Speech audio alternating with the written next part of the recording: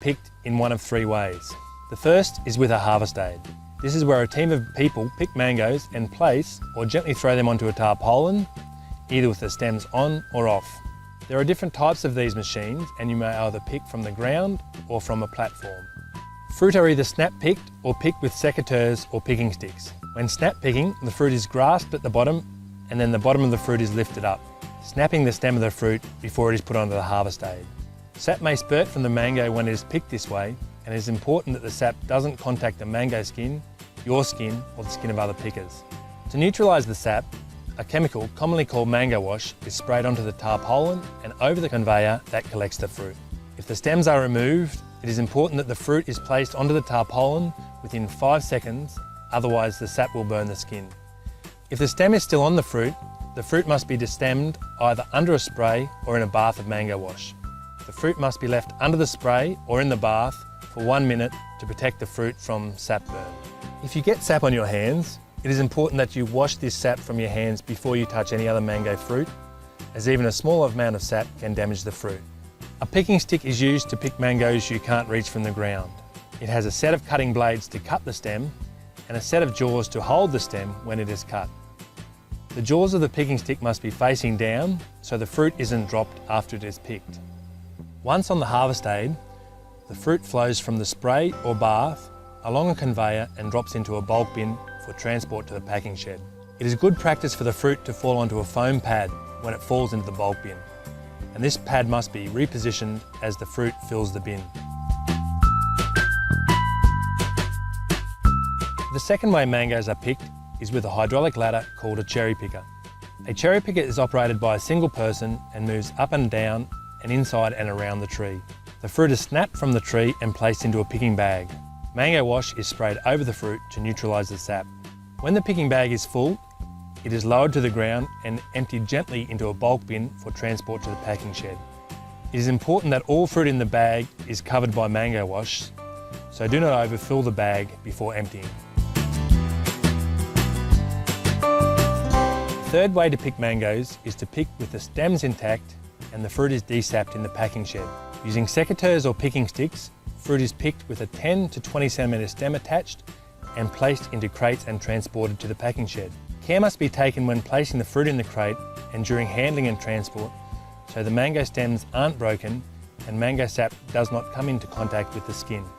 These crates are stacked for transport or short-term storage in the packing shed, so it is important that they are not overfilled and fruit damaged or stems broken when they are stacked.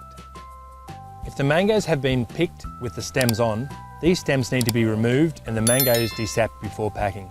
This can be done either through snapping the stems or using a machine which cuts the stem from the fruit. During this process, it is important that the mango fruit are completely covered in a detergent solution before the stem is removed, so the sap does not come into contact with the skin and damage it. As well as damage from sap burn, mango quality can be lost through physical injury from incorrect picking technique and rough handling. Damage from sap burn or physical injury takes 1 to 2 days to appear and isn't usually seen until fruit reaches market. It takes 4 to 6 weeks for them to come back and repurchase that product. It's therefore important that both the visual and eating qualities of a mango match consumer expectations. So why is this important for mango pickers? Even the simple task of picking a mango fruit can have a significant impact on the visual and eating qualities of a fruit and therefore the profitability of the grower. The aim of this video is to teach you how to pick mango fruit correctly and learn the skills required. You'll learn how to select fruit that is mature and ready to harvest. You'll learn how to use the different equipment you will be using during the picking process. You'll understand how poor picking processes can significantly damage mango fruit, and you'll understand how to pick without injuring yourself or other pickers. There are names for the different parts of the mango. The stem end is the top of the mango. That's where it's attached to the tree. The cheek is the side of the mango. That's the part you eat. The blush is the red, pink or orange colour on the cheek. The nose is the bottom part of the mango. You may hear terms like soft nose used when fruit has a defect. And the beak is the pointed part near the nose. Mangoes are picked in a hard green, mature state so they will ripen to an acceptable eating quality and external appearance. At this stage, the fruit is hard and the skin is green apart from the blush. The shape of a mango fruit changes as the fruit matures. The mature fruit on the left is more rounded and oval shaped as opposed to the egg-shaped immature fruit on the right. As the fruit matures, the nose end of the fruit fills out and is smoother and the beak is less obvious. From left to right on this slide, the fruit goes from immature to mature. The beak of the fruit is much more prominent in the immature fruit on the left than the mature fruit on the right. When these fruit are ripened, the immature fruit stays green, while the more mature fruit will change colour to yellow. The shoulder of the fruit also fills out around the stem, and the stem sits in a small depression when the fruit matures.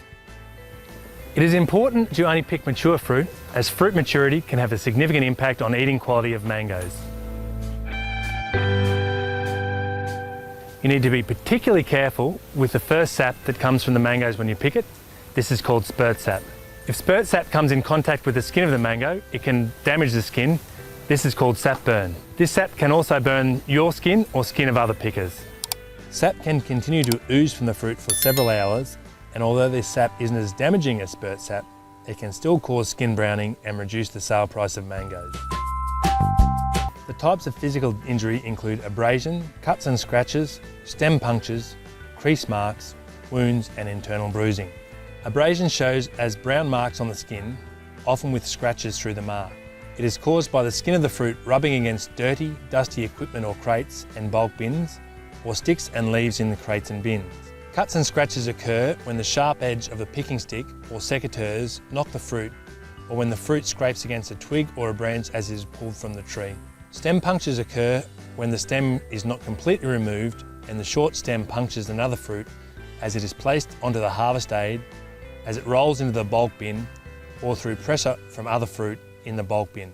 Crease marks occur when the fruit impacts heavily against the edge of equipment, crates or bins, or when the blunt parts of a picking stick knock the fruit.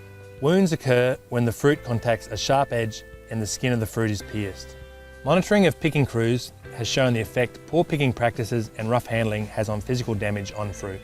At one orchard, fruit was assessed for physical damage on arrival at the packing shed. Damage to the fruit from different picking teams ranged from 2% to 17%. So for the worst team, 17% of the fruit had already been downgraded when it reached the shed, resulting in significant losses to the grower. Mangoes are picked during the hottest part of the year. The work is hard and constant, and temperatures in the orchard often reach above 35 degrees Celsius. There is little shade in the orchard, so it is very important that you follow a few precautions when you are picking. Wear the right clothes to protect you from the sun. Lightweight long sleeve shirts and long trousers are recommended. Wear a wide-brimmed hat and good shoes. Eye protection in the form of sunglasses is also recommended. Apply sunscreen before you start picking each day and at least every 2 hours during the day. Drink water regularly during the day and at least 4 litres each day. When you are snapping the fruit from the tree, make sure the sap doesn't spurt onto you or other pickers. Some people are highly sensitive to mango sap and can develop a severe rash from contact with the sap. If you are spurted with mango sap, it is important that you wash the area with soap and water and then rinse it well with fresh water. As a picker, it is important that you understand how mango quality can be lost and why it is important you follow the simple steps outlined in this video to reduce quality loss. Some do's and don'ts when picking mangoes. The do's. Do understand fruit maturity and only pick mature fruit. Be gentle with the fruit. Make sure mangoes are in the mango wash within 5 seconds of being picked. Wash the mango sap from your hands or skin.